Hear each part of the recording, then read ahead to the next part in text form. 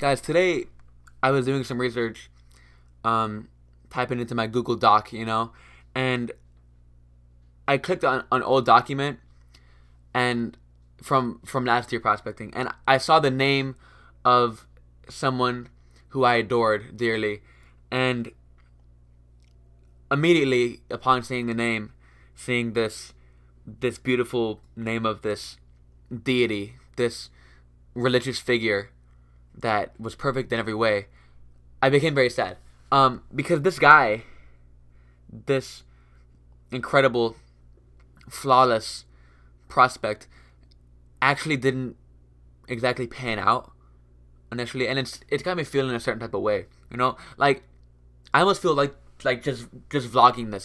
Just like the most raw, expressive state, like right here, because I mean it's that important.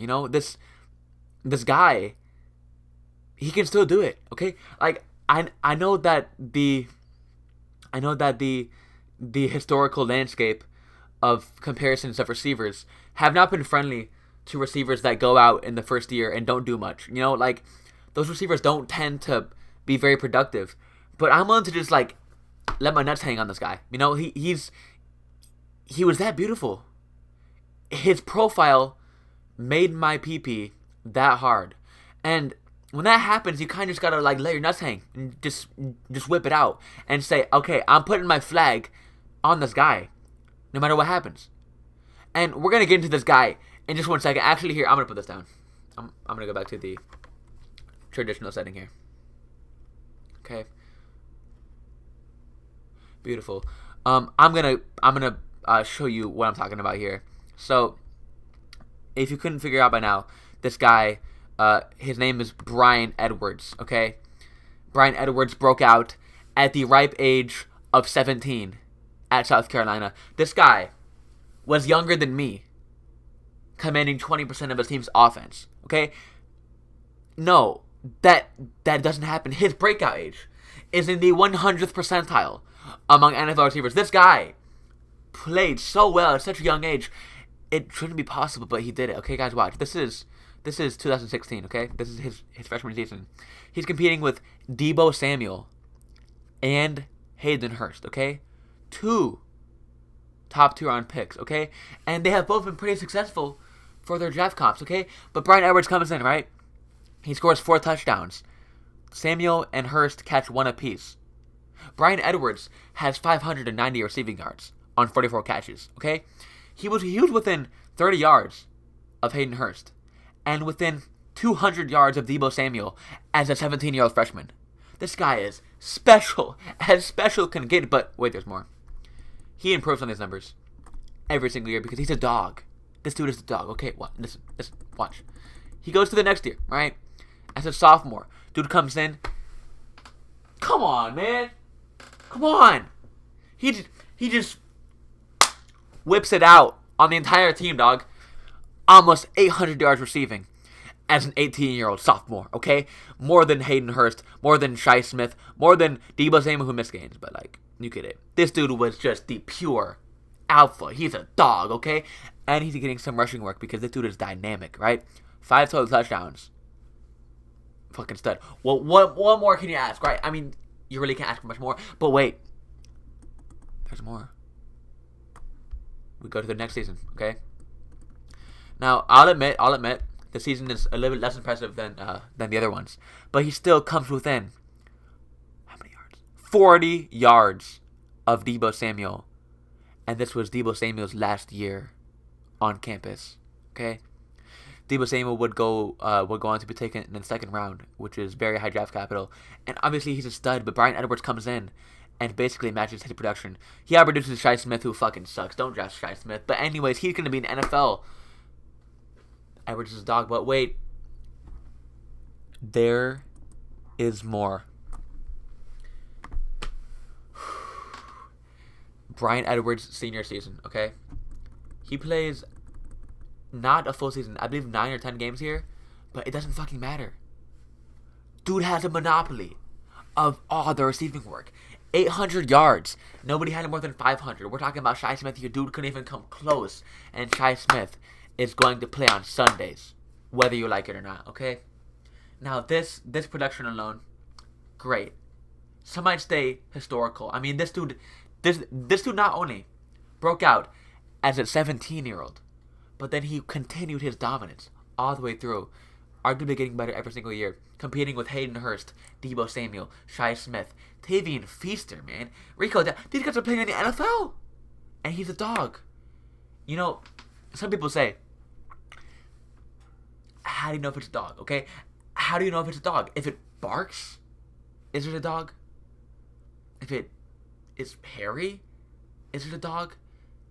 If it bites you, is it a dog? Well, guess what? Bryan Edwards is a dog because he barks, he bites, and he sure as hell is hairy. Haha. Anyways, well, after seeing these stats, I was thrown into a deeper depression because his freshman season in the NFL, aka his rookie season, was not good. It wasn't good at all. But then I was like, you know what? Who cares about NFL production? Let's just look up his name on Bing, okay?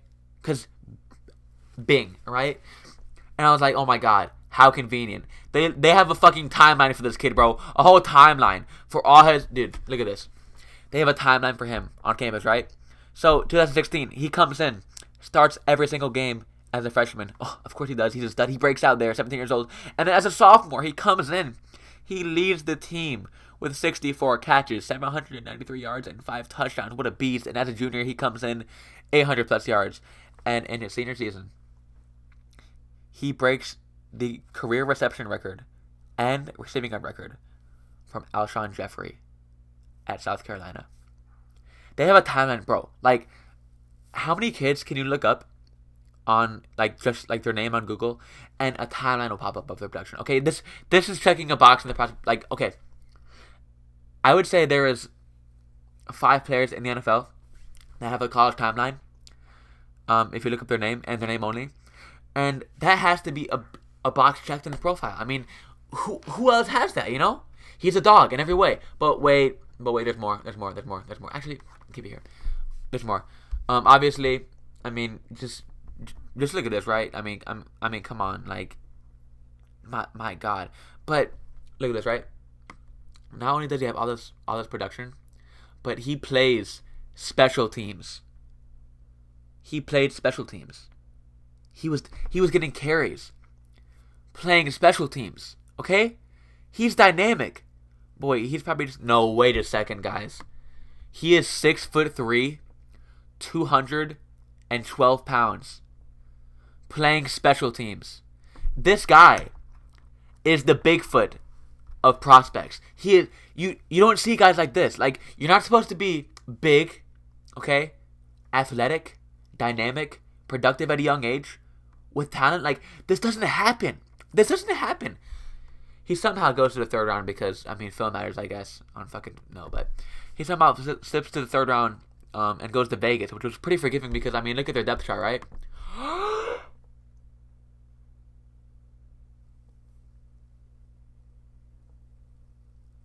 They have nobody even close to his talent level on the roster.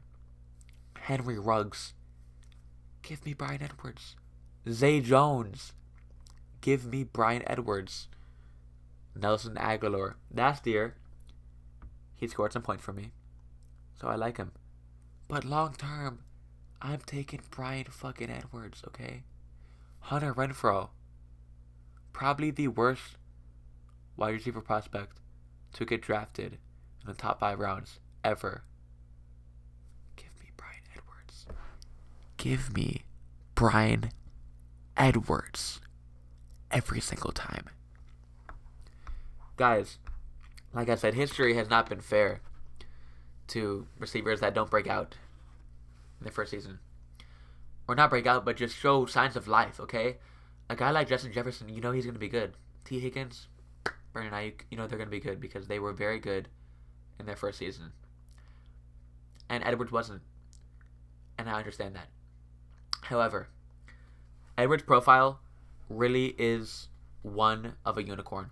I mean, there isn't a single thing that you can look at and say he doesn't have it. Size, weight, dynamism, production at a young age. He had every single thing that you could want. He was very athletic. I mean, like look at his ESPN recording page. He's very athletic. He's not he's not slow. I mean, he can jump. He has everything that you want.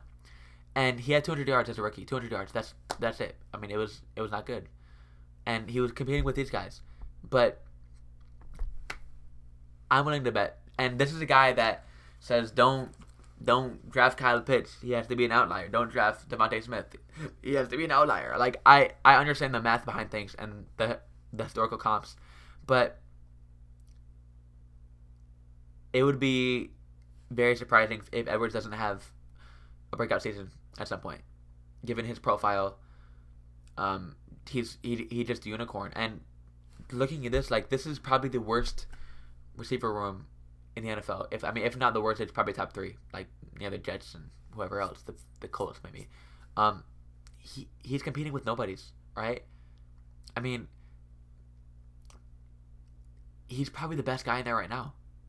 And like I said, I understand that history has not been kind to guys like him, like from this point forward. But if you take one look at his profile, I mean, it's gonna be very hard for him to like not break out, especially competing with guys like this, right? So I'm willing to take a shot on this guy. Okay, throw up. I mean, you might be able to get him for like a 3rd round, like last year, like at this time, or I mean maybe like a little bit later, but like the hype train got so much where he was going at like the back end of 1st round, start seconds, like he was there with like Ayuk and who else? Keyshawn Vaughn, like at like the very high. Like this dude was a very very very high pick and a very good class, and now people are just off him like completely. If you can get him for a 3rd round pick, like in rookie drafts, I mean you're doing it every single time. I mean startups, like just target this guy everywhere because he's such a unicorn. Like these guys don't come around ever. Like you don't get guys that are playing special teams and have the size and a breakout age that like dude's a unicorn. Okay, so please whatever you do, go ahead and get Bryan Edwards, whether it be a 3rd, I mean even a 2nd. I would trade a late 2nd for Edwards right now. I would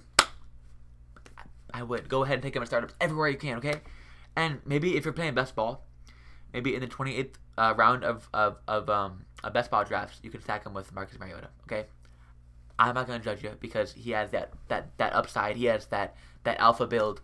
He's gonna get there at some point. I'm confident. Okay, guys, go ahead and do it, please.